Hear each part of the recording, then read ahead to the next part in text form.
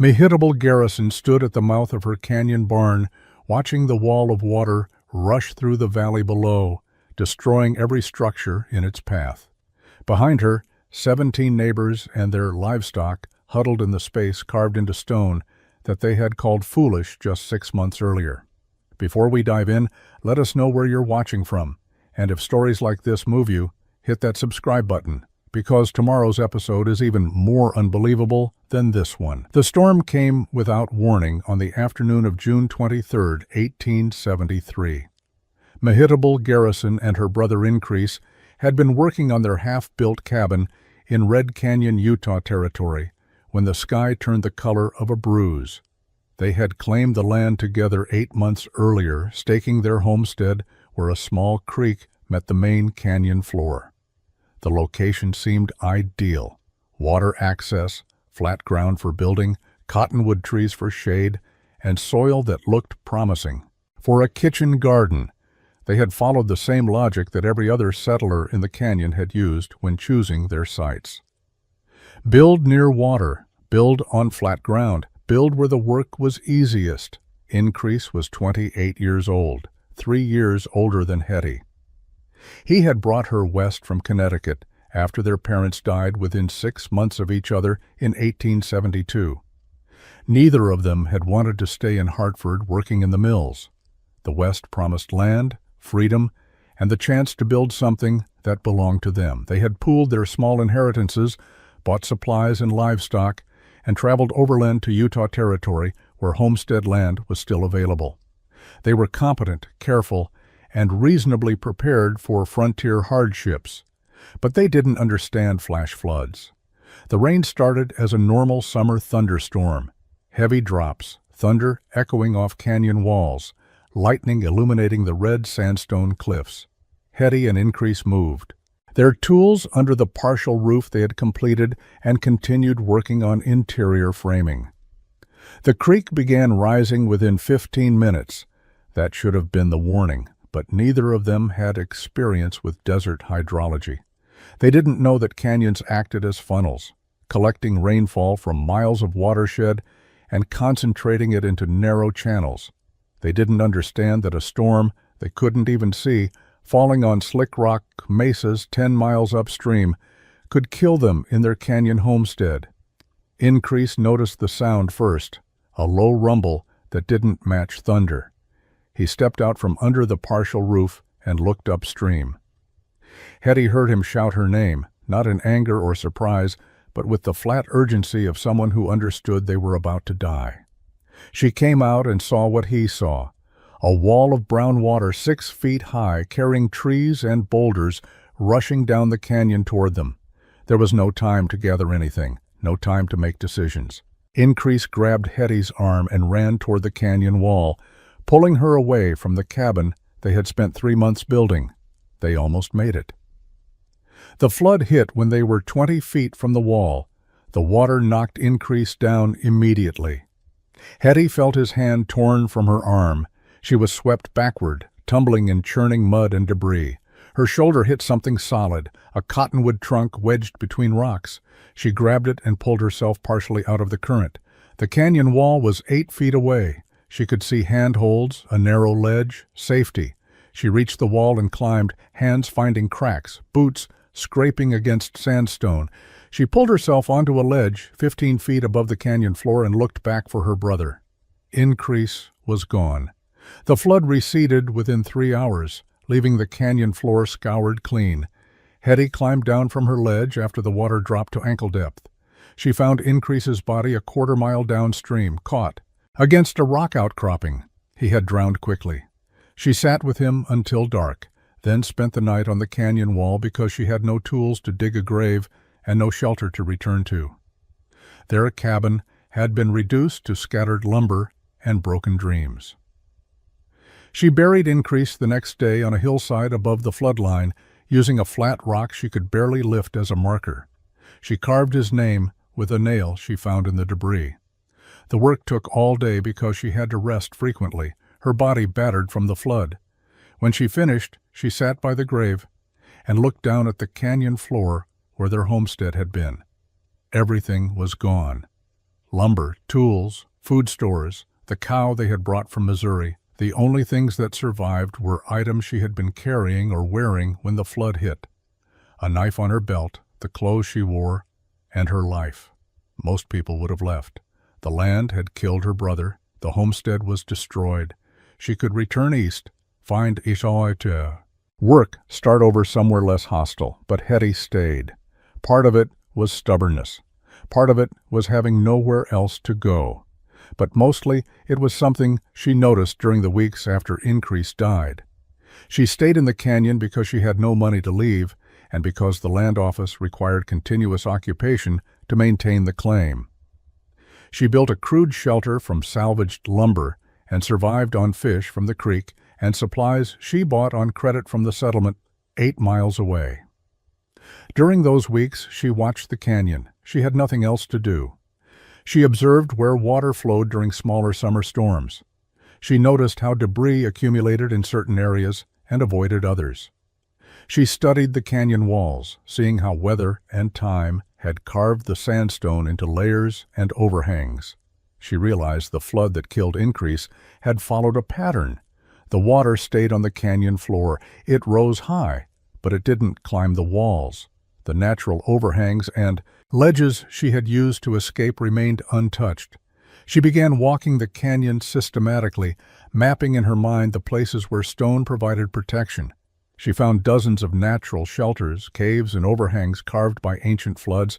Some were shallow, barely deep enough to keep rain off.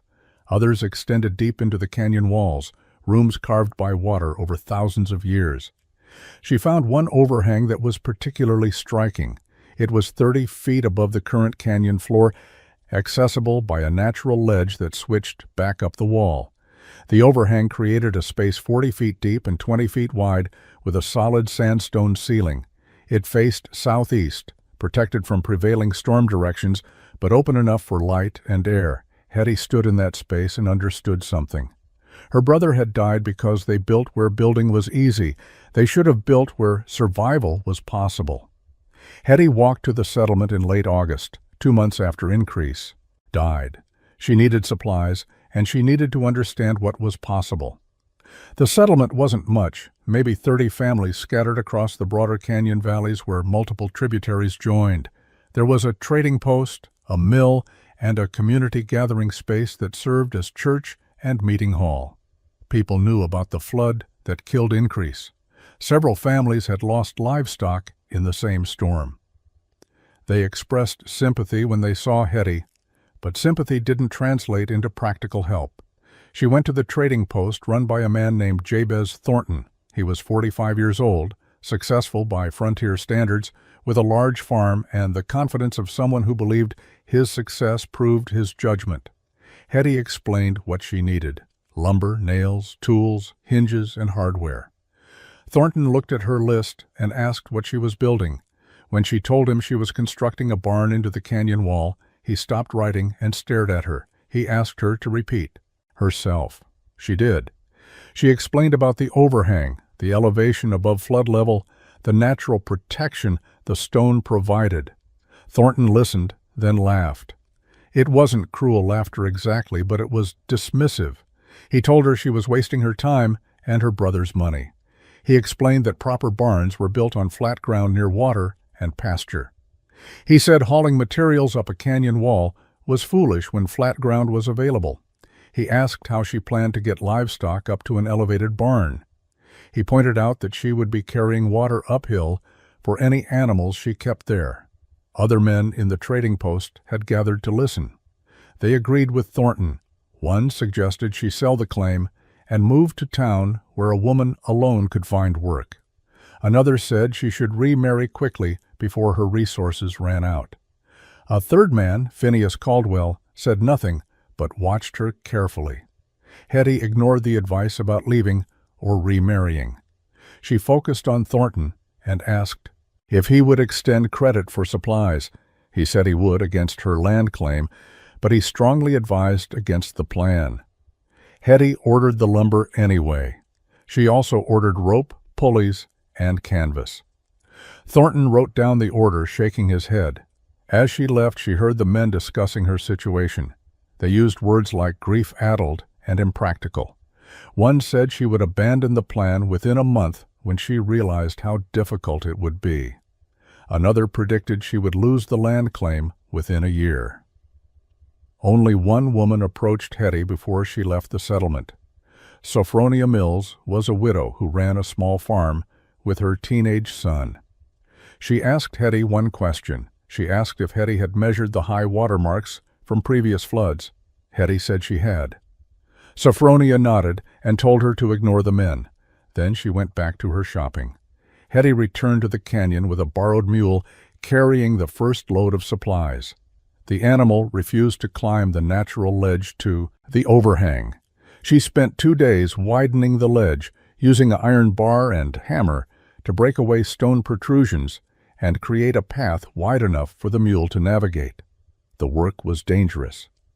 She tied herself to a rope anchored above in case she fell. The rope was attached to a juniper tree growing from a crack in the canyon wall. She tested the tree's strength repeatedly before trusting it with her life. Once the ledge was passable, she began clearing the overhang space.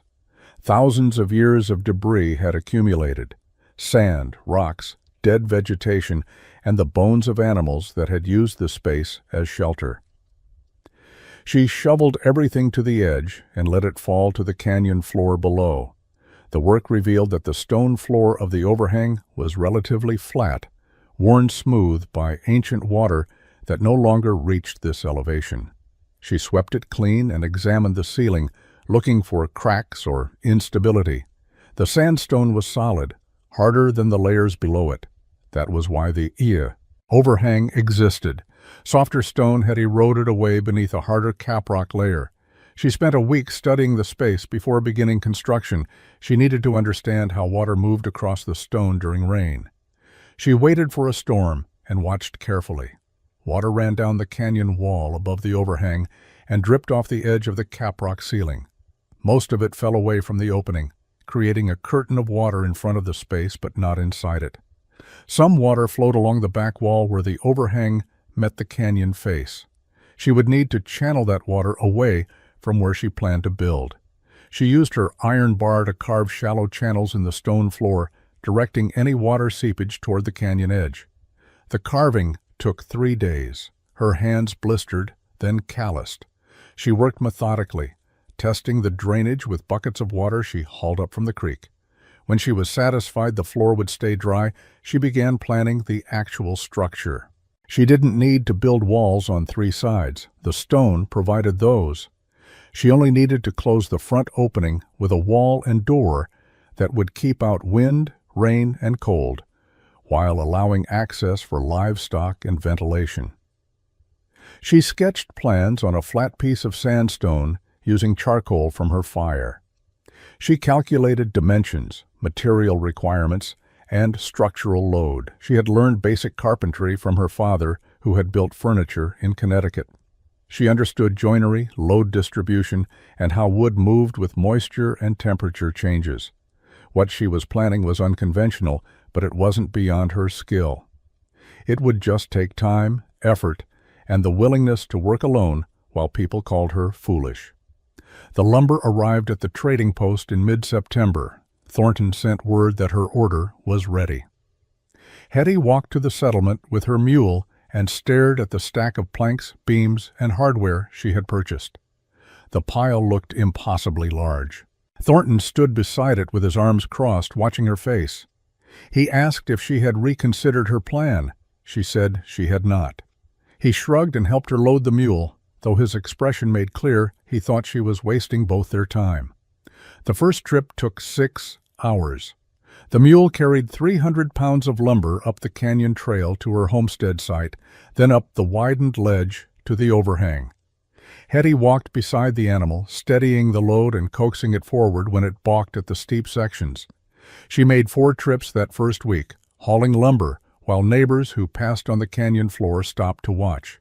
Some shouted up questions, most just stared. By the end of September, everyone in the area had heard about the woman building a barn in a cave.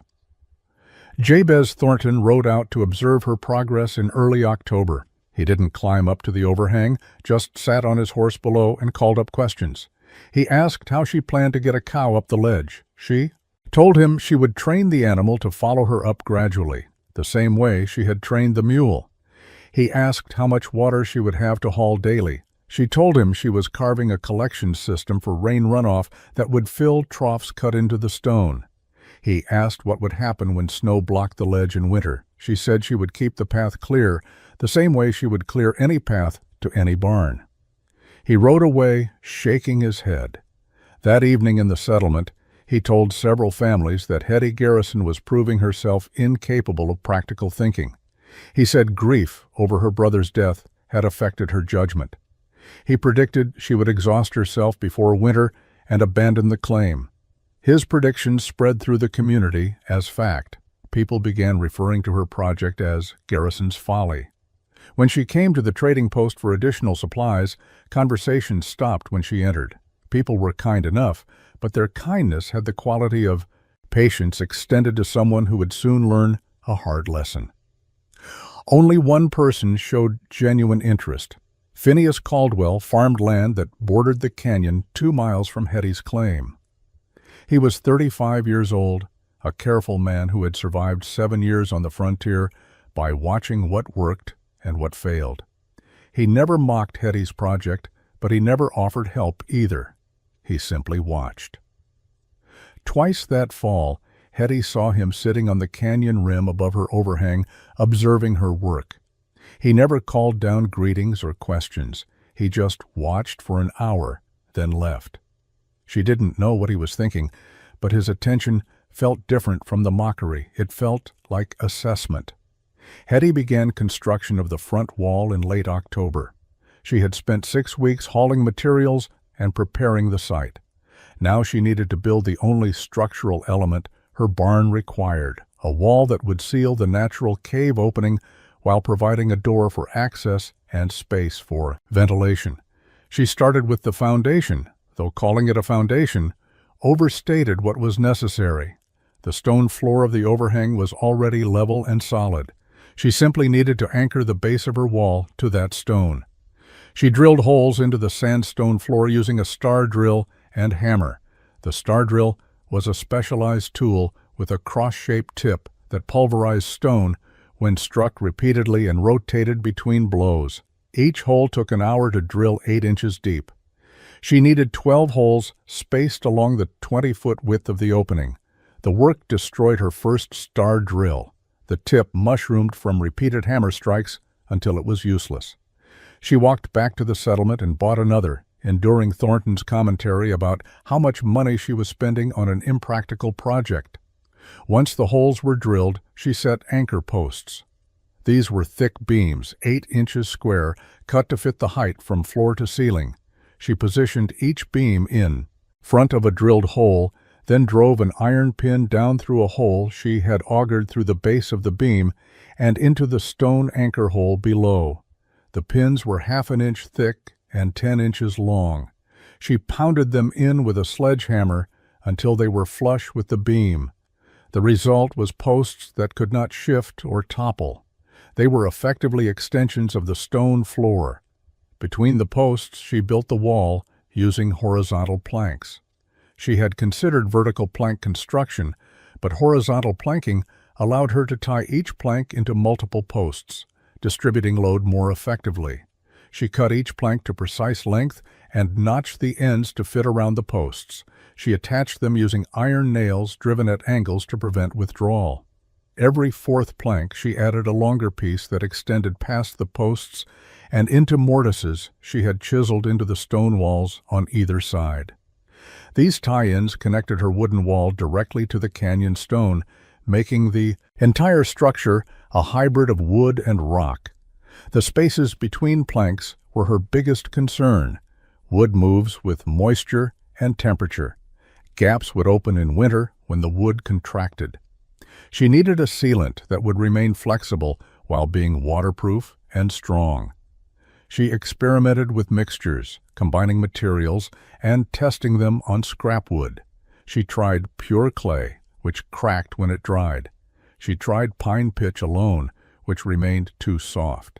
She finally developed a mixture that worked, combining clay from the creek bank, sand for structure, horsehair from her mule's tail for reinforcement, and pine pitch she rendered by boiling pine sap in a pot over her fire. The mixture had to be applied warm while the pitch was pliable. She worked in small batches, heating the mixture over her fire, then carrying it up the ladder she had built to reach the upper wall sections.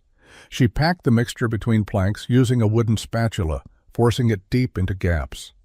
As it cooled, it hardened into a seal that was both flexible and waterproof. The horsehair prevented cracking. The pitch provided adhesion. The clay and sand gave it structure. The entire front wall took 3 weeks to build. The door required thought beyond simple construction. Hetty needed something strong enough to withstand wind and weather, large enough to allow livestock entry, and secure enough to protect against predators or theft. She had purchased heavy hinges in the settlement, iron pieces that weighed 5 pounds each. The hinges were designed for barn doors, oversized and robust. She mounted them using the same principle she had used for the wall anchor posts. She chiseled mortises into the stone canyon wall beside the door opening, creating rectangular pockets deep enough to seat the hinge plates. Then she bolted the hinges through the stone, using iron pins driven through holes she had drilled completely through the canyon wall section. The door itself was built from triple-thick planking. She took boards and laminated them together using animal glue she made from hide scraps, clamping them until the glue cured. The result was a door 3 inches thick, too heavy for one person to lift, but rigid enough that it would not warp. She cut the door to fit the opening with minimal gap, then planed the edges until it swung smoothly on its stone-mounted hinges. The door opened outward, so any pressure from livestock inside would press it closed rather than force it open. For the locking mechanism, she created a simple but effective system. She mounted 2 iron brackets to the interior wall, aligned horizontally. Through these brackets, she slid a wooden beam cut from a juniper log. When the beam was pushed fully to the left, it extended through a mortise she had cut into the stone wall, locking the door to the canyon itself. To open the door from outside, she created a small access port, a 6-inch square opening positioned where someone who knew could reach through, and slide the beam. She covered the access port with a hinged wooden plate that appeared to be decorative but served a functional purpose. Ventilation was critical. Animals produced moisture through breathing and waste. Without air circulation, the enclosed stone space would become damp and unhealthy. She cut 3 ventilation ports high on the front wall, each 8 inches square, and positioned where wind would create crossflow. She covered each port with a hinged wooden shutter that could be opened or closed depending on weather. The shutters kept out rain and snow when closed, but allowed air movement when open. She also carved a narrow channel along the bottom edge of the door, a gap 2 inches high that allowed constant air intake while being too small for predators to exploit. Water management required equal attention. Rain falling on the canyon wall above would run down the stone face. She needed to capture that water rather than let it flow past unused. She carved a collection channel into the stone about 15 feet above the barn opening, angling it to direct water toward a central point. At that point, she positioned a wooden trough that extended into the barn. The trough fed into a stone basin she had carved from a natural depression in the floor. The basin held approximately 30 gallons. During rain, it filled automatically. During dry periods, she could haul water from the creek below, but the collection system reduced that labor significantly. Her animals would have reliable water without daily hauling. Jabez Thornton climbed up to the overhang on a cold November morning. Hetty had been working on interior details, building feed storage bins against the back stone wall where temperature remained most stable. She heard boots on the ledge and looked out to see Thornton pulling himself up the final section, breathing hard from the climb. He was not a young man, and the elevation gain was significant. He stood at the barn entrance, catching his breath, while examining what she had built. He walked inside without asking permission, running his hand along the front wall she had constructed. He tested the door, pushing against it to feel its weight and strength. He examined the hinges mounted into stone and the locking beam mechanism. He looked up at the ventilation ports and the water collection system. He walked to the back of the space, noting the feed bins and the stone basin for water. Then he turned to face Hetty with an expression that mixed grudging respect with firm disapproval. Thornton told her the work was well executed but fundamentally misguided. He explained that her barn might hold 4 animals comfortably, while his valley barn held 12. He pointed out that she had spent 4 months building something he had completed in 5 days. He calculated the cost of her labor in economic terms, assigning monetary value to her time and comparing it unfavorably to conventional construction. He said that even if her elevated barn survived floods, the practical limitations made it inefficient for serious farming operations. He walked to the barn entrance and pointed down at the canyon floor where his own farm lay 2 miles downstream. His barn was visible from this height, a large structure built near the creek with corrals spreading around it. He had 80 acres under cultivation, 30 head of cattle, and a thriving operation that supported his family and employed 2 hired men. He asked Hetty how many animals she planned to keep in her cave. She said 6 sheep and 2 milk cows. He laughed and told her that was subsistence, not prosperity. Other men from the settlement had accompanied Thornton but had not climbed the ledge. They waited below, and Thornton called down to them, describing what he saw. His voice carried in the canyon acoustics. He used phrases like interesting carpentry and questionable judgment. He told the men below that Hetty had built something that worked but made no practical sense. One of the men below shouted up asking if she had really spent 4 months on a barn for 8 animals. Thornton confirmed she had. The laughter that followed echoed off canyon walls. Thornton left after telling Hetty she should consider selling her improved claim to someone who would use the land properly. He said a woman alone could not make a real farm succeed, especially not with unconventional methods that prioritized survival over production. He climbed down carefully, his knees struggling with the descent. Hetty watched him rejoin the men below. They rode away discussing her situation loud enough for her to hear fragments of their conversation. Hetty moved her animals into the canyon barn in late November 1873. She had 6 sheep purchased from a family leaving the territory and 2 milk cows she had trained over several weeks to climb the ledge path. The training had been tedious but successful. She led each animal up the path repeatedly with grain, rewards until they accepted the route as normal. Once they understood the path led to food and shelter, they followed willingly. The sheep adapted to the space immediately. They settled into the back section where she had spread straw bedding over the stone floor. The cows took longer to adjust, nervous about the enclosed stone walls and the unfamiliar echoes of their own sounds. But within 3 days, both animals were eating normally and producing milk.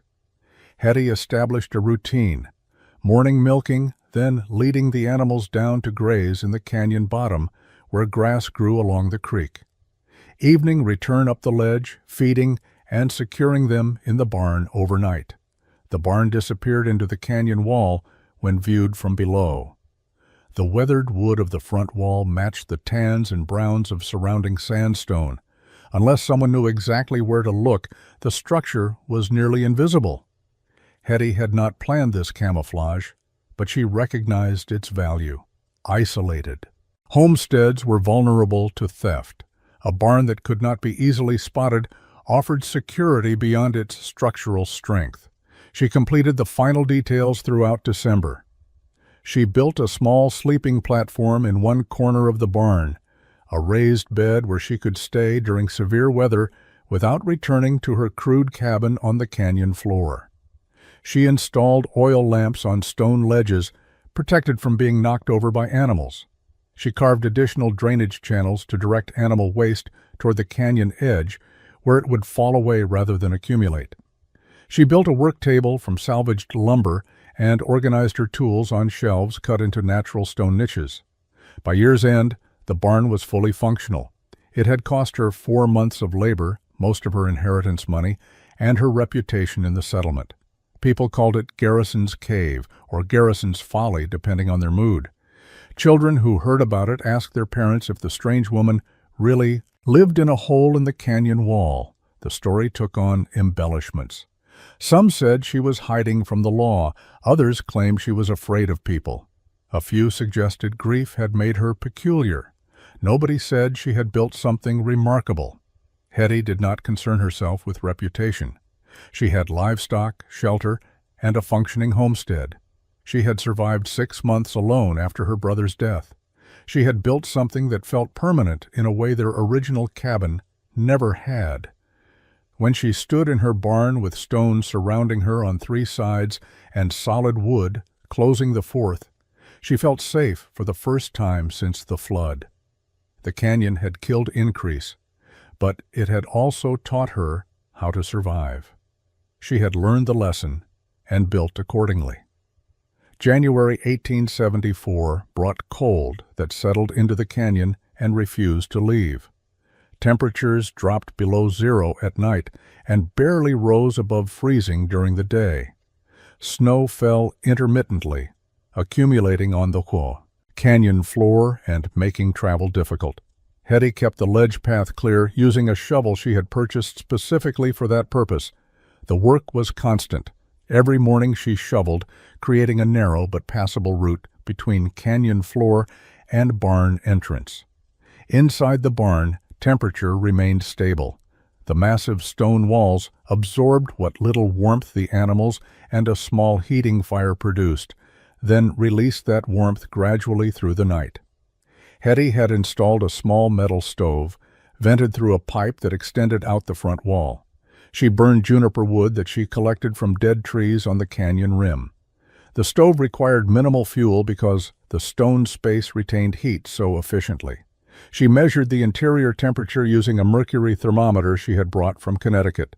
Even on the coldest nights when exterior temperature reached 15 below zero, interior temperature never dropped below 40 degrees. Her animals thrived. The sheep grew. Thick winter wool. The cows produced milk consistently, showing none of the stress that cold-affected animals exhibited.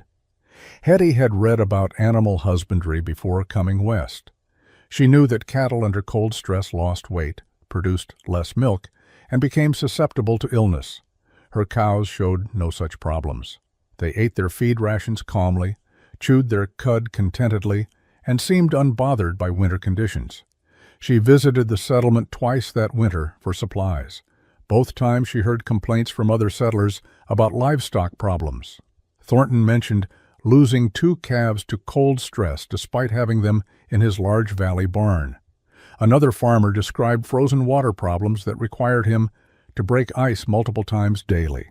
A third settler said his barn flooring had frozen, making it difficult to clean and creating unsanitary conditions. Several people mentioned increased feed consumption as their animals burned calories trying to stay warm. Hetty said little during these conversations. When asked about her own animals, she reported they were healthy.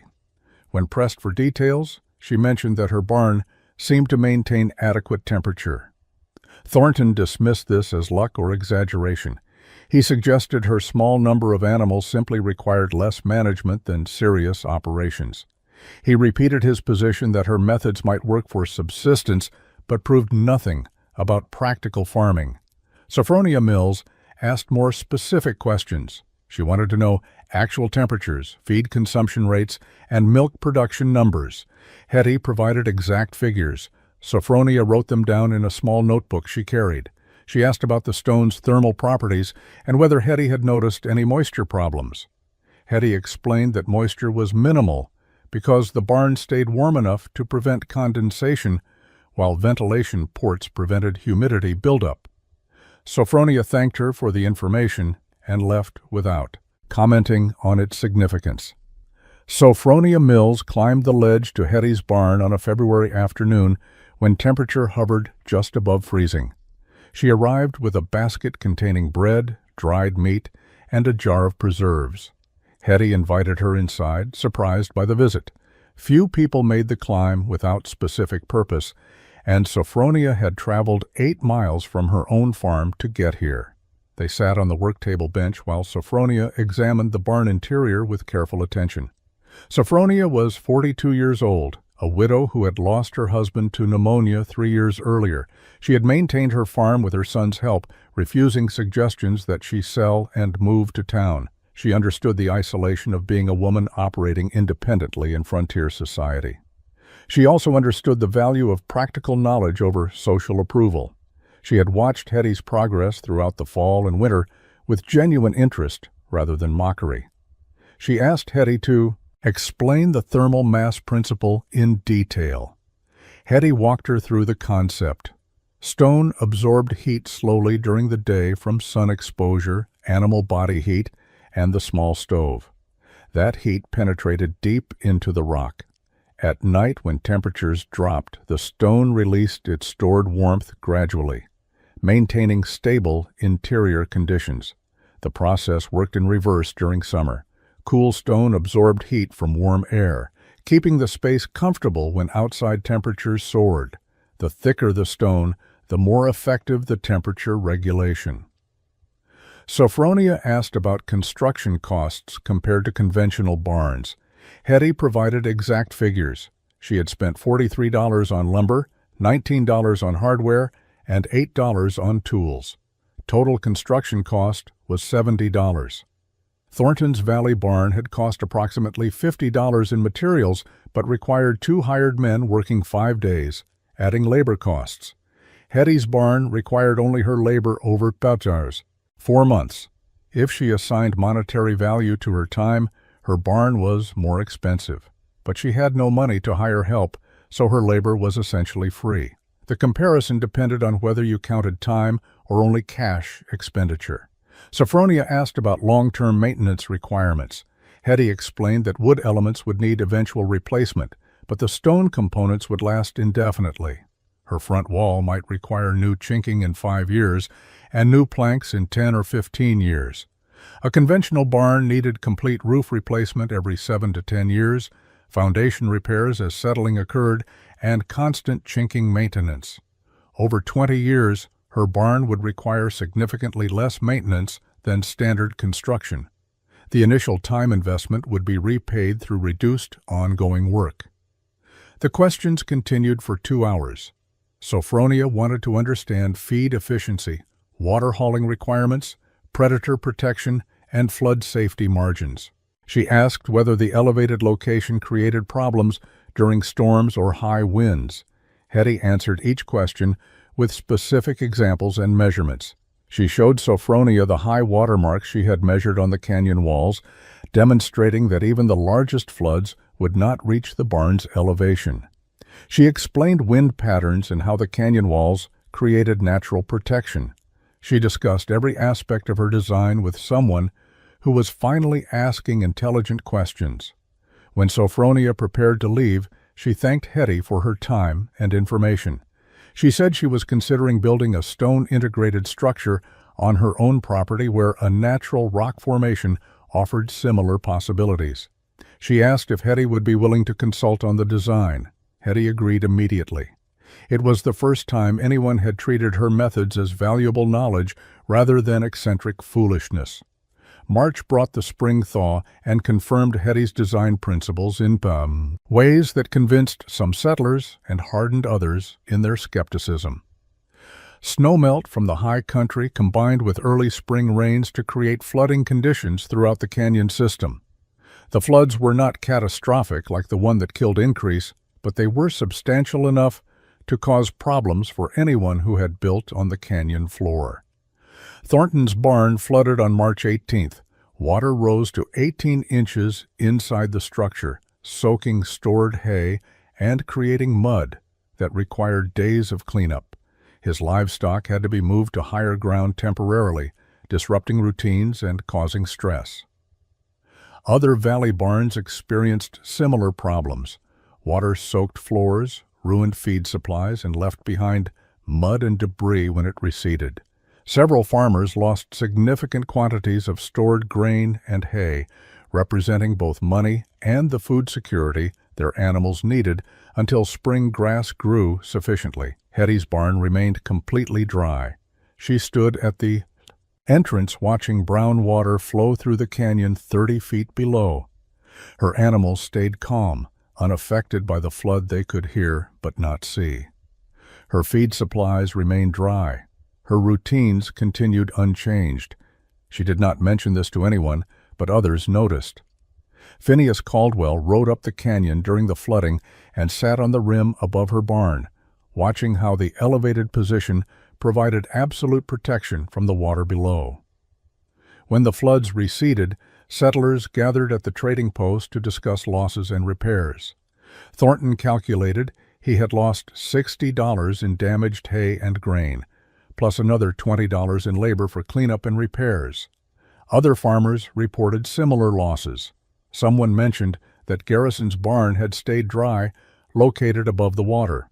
Thornton acknowledged this was true, but insisted it proved nothing about the method's overall value. He argued that the time and effort Hetty had invested in construction exceeded the value of avoiding occasional flood damage. Another settler disagreed. He pointed out that flood damage was not occasional, but regular. Spring flooding happened most years. Summer flash floods were common. Building on canyon floors meant accepting regular damage and cleanup as normal costs of operation. If Hetty's elevated position eliminated those costs entirely, the initial construction time became an investment that paid returns every year. The debate continued without resolution, splitting along existing lines. Those who had mocked Hetty's approach found reasons to continue mocking. Those who had questioned found reasons to reconsider. Hetty heard about these discussions when she visited the settlement for supplies. She also heard something new. Two families who had recently arrived in the territory asked her about elevated construction techniques. They had not yet built permanent structures and wanted to understand all available options before committing to conventional designs. Hetty spent an afternoon explaining principles, showing sketches, and answering questions. The families thanked her and said they would consider her approach seriously. Thornton, observing this interaction, told the families they should not let one woman's unusual success distract them from proven methods used by experienced farmers. Phineas Caldwell kept detailed records of his farming operation.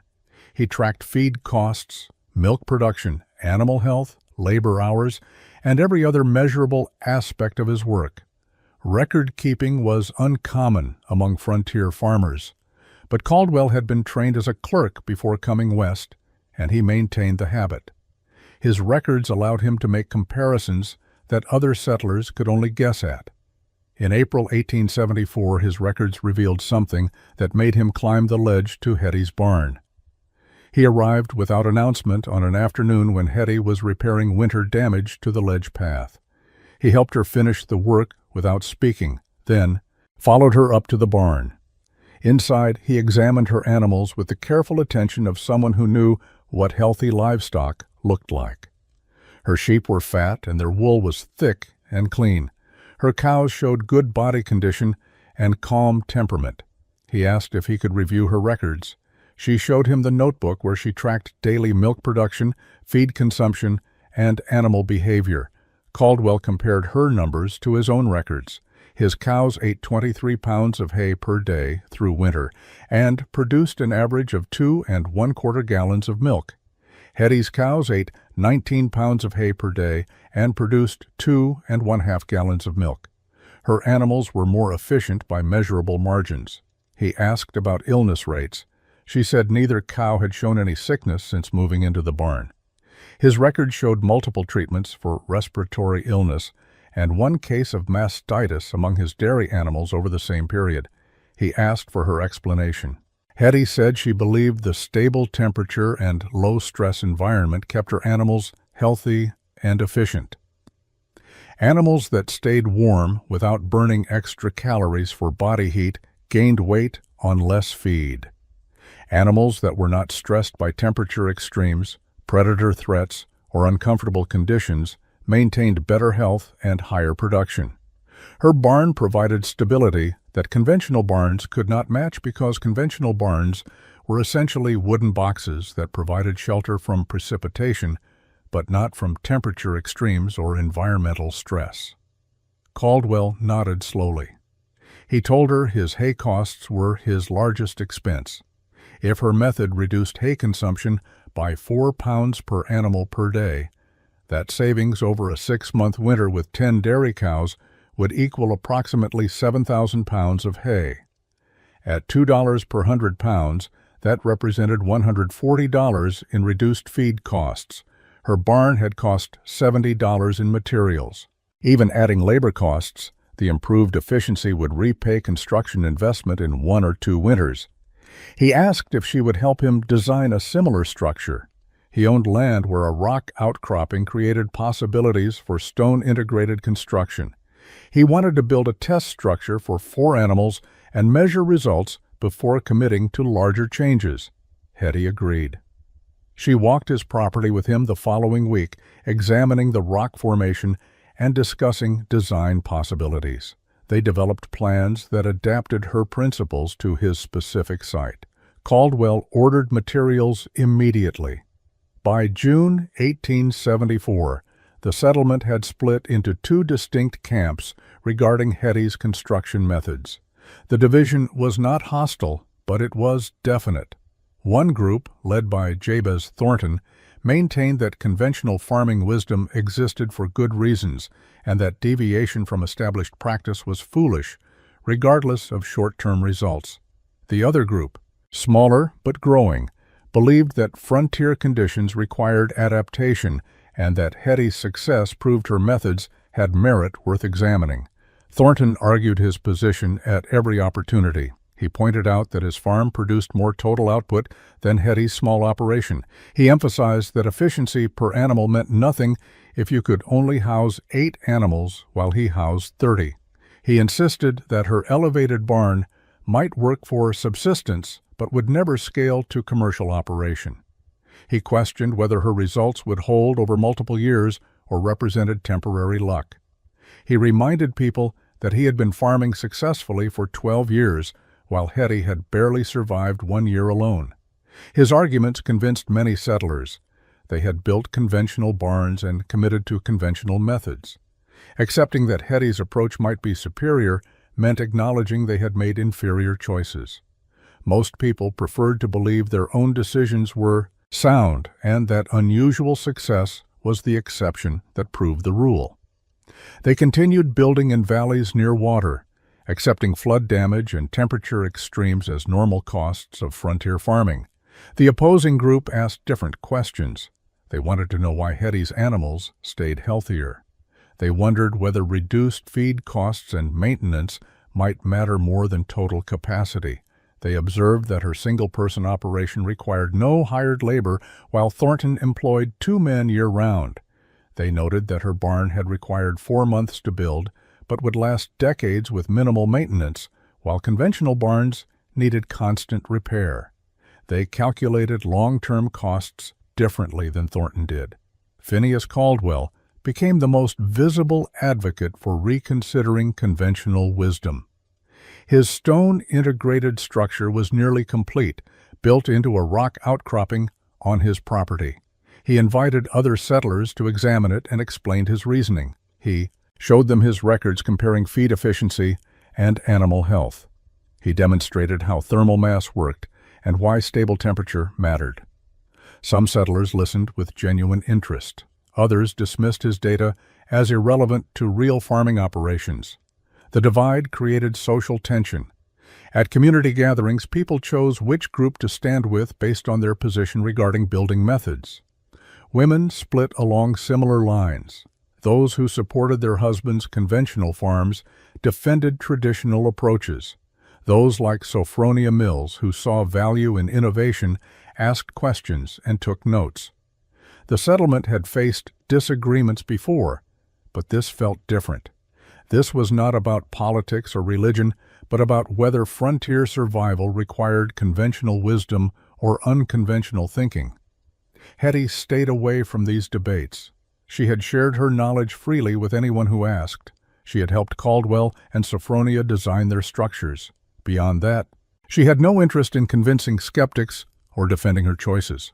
She farmed her land, maintained her barn, and let results speak for themselves. She knew that argument rarely changed minds, but that survival over time might. July brought weather unlike anything the oldest settlers remembered. Rain fell steadily for 3 days, stopped for 2 days, then resumed. The pattern repeated throughout the month. Canyon streams ran high continuously.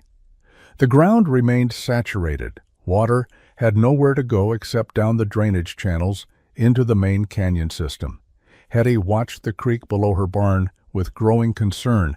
The water level stayed elevated week after week. Small debris flows came down side canyons, depositing mud and rocks in the main channel. Old-timers in the settlement began sharing stories about 1861. That year had seen similar conditions: prolonged rain, saturated ground, streams that never returned to normal levels. Then, a massive storm had stalled over Tamnawa, the high country, and dumped rain faster than the ground could absorb it. The resulting flood had destroyed everything in the canyon bottoms. Farms, cabins, livestock, and several lives were lost. The survivors had rebuilt in the same locations, assuming such floods were rare enough to risk.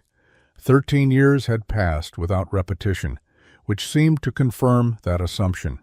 Hetty studied the high watermarks she had measured the previous year. She could see old debris caught in tree branches and lodged in rock crevices. The flood that killed Increase had reached 15 feet above the normal creek level, but higher marks existed from older floods, 25 feet above normal, 30 feet. Some marks suggested water had reached 40 feet above the canyon floor. Her barn sat 30 feet up. That elevation had felt safe when she chose the location, but the old marks made her reconsider. She mentioned her observations at a community gathering in late July. The meeting was held at the church to discuss harvest preparations and winter planning. During open discussion, Hetty stood and said that weather patterns resembled those described from 1861. She suggested people should prepare for possible major flooding. She pointed out that sustained rain had saturated the ground and that additional storms could create dangerous conditions. She recommended moving valuable supplies to higher ground and having evacuation plans ready. Thornton responded immediately. He said that fear-mongering helped nobody. He acknowledged that conditions were wet, but pointed out that wet summers occurred periodically without catastrophic results. He said that moving supplies and disrupting operations based on speculation was poor management. He reminded everyone that farming required accepting weather risks and that successful farmers did not panic over every unusual season. Several people nodded agreement. A few looked uncertain.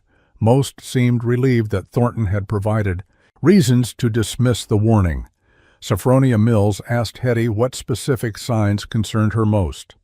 Hetty described the debris flows in side canyons, the continuously high water levels, and the saturation visible in soil conditions.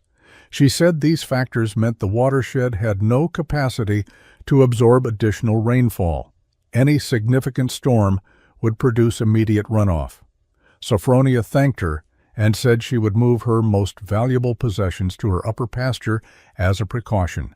Caldwell said he would do the same. The meeting ended with most settlers planning to continue normal operations, while a few took quiet preparatory steps based on Hetty's concerns. The storm arrived on August 9, 1874.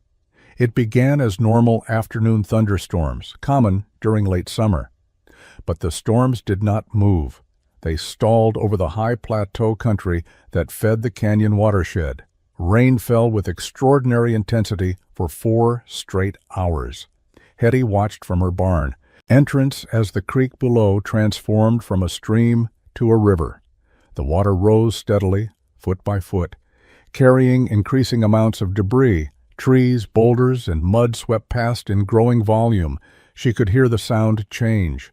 The normal gurgle of flowing water became a roar. The roar became a grinding thunder as boulders rolled along the canyon bottom. She saw the color shift from brown to nearly black as the water thickened with suspended soil. Then she saw something that made her run. A wall of water appeared upstream, a solid wave 10 feet higher than the already swollen creek. It was not flowing water, but a surging wall pushing everything before it. Hetty grabbed her emergency pack and ran down the ledge path. Samson followed at her heels. She sprinted along the canyon rim toward the settlement. She could see farms below, barns and houses built beside the creek that was about to become a catastrophic flood. She screamed warnings, but her voice disappeared in the canyon. Acoustics and storm noise. She kept running, waving her arms, shouting with everything she had. The first people to see her were working in fields near Sophronia's farm. They stopped and stared at the woman running and screaming. Then they heard what she heard, the grinding roar of the approaching flood. Sophronia came out of her house and understood immediately. She began ringing her farm bell, the signal used for emergencies. The sound carried across the valley. People looked up from their work and saw Hetty pointing upstream. They saw the water. They ran. 17 people made it to Hetty's barn. They climbed the ledge with desperate speed, pulling children and driving livestock ahead of them. Caldwell arrived with his family and 4 cows. Sophronia brought her son and sheep. Others came with whatever animals they could gather in seconds. Thornton appeared last, running harder than a man his age should run, his face showing the terror of someone who had dismissed warnings and now faced consequences. They crowded into the barn just as the flood hit the canyon below. The water rose to within 12 feet of the barn entrance. It carried complete structures, whole trees, dead livestock, and the wreckage of everything built on the canyon floor. It sounded like continuous thunder. It lasted 3 hours. Then it began to recede, slowly at first, then faster. By dawn, only normal high water remained. Everything below was gone. Thornton's barn had vanished completely. Every valley structure had been destroyed or damaged beyond use. The 17 people crowded into Hetty's barn spent the night surrounded by stone, while the flood destroyed everything they had built.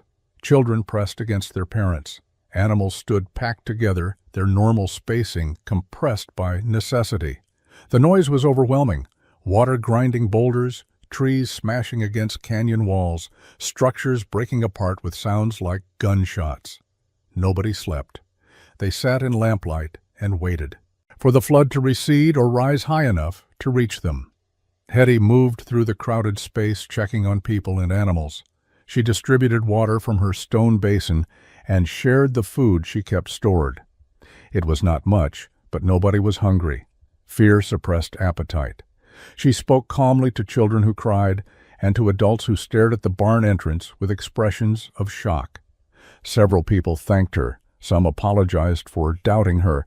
Others said nothing, still processing what had happened. Thornton sat against the back wall away from the others. His farm was gone. His barn that had held 30 animals was now scattered debris somewhere downstream. His house, his equipment, his stored crops, everything he had built over 12 years had been destroyed. He looked at Hetty once during the night. She met his eyes but did not speak. There was nothing to say. He had made his choices based on his judgment. She had made different choices. The flood had proven which choices accounted for flood risk and which ignored it. Samson moved among the people, allowing children to pet him. The dog's calm presence helped settle the frightened animals. Horses and cows that would normally panic in close quarters stood quietly. Hetty had trained Samson since he was a puppy to work around livestock. The training proved valuable now. The dog's steadiness communicated safety to animals that would otherwise have injured themselves or others trying to escape imagined danger. By midnight, the flood's sound diminished. Water still flowed heavily, but the grinding roar of the wall of water had passed.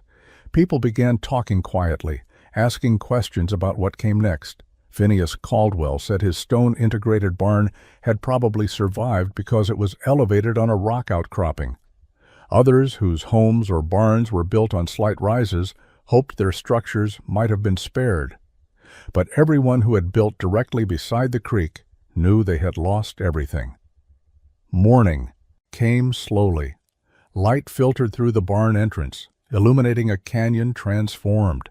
The flood had scoured the valley floor clean. Trees were gone. Soil was stripped to bedrock in places. Where farms had been, only rock and scattered debris remained.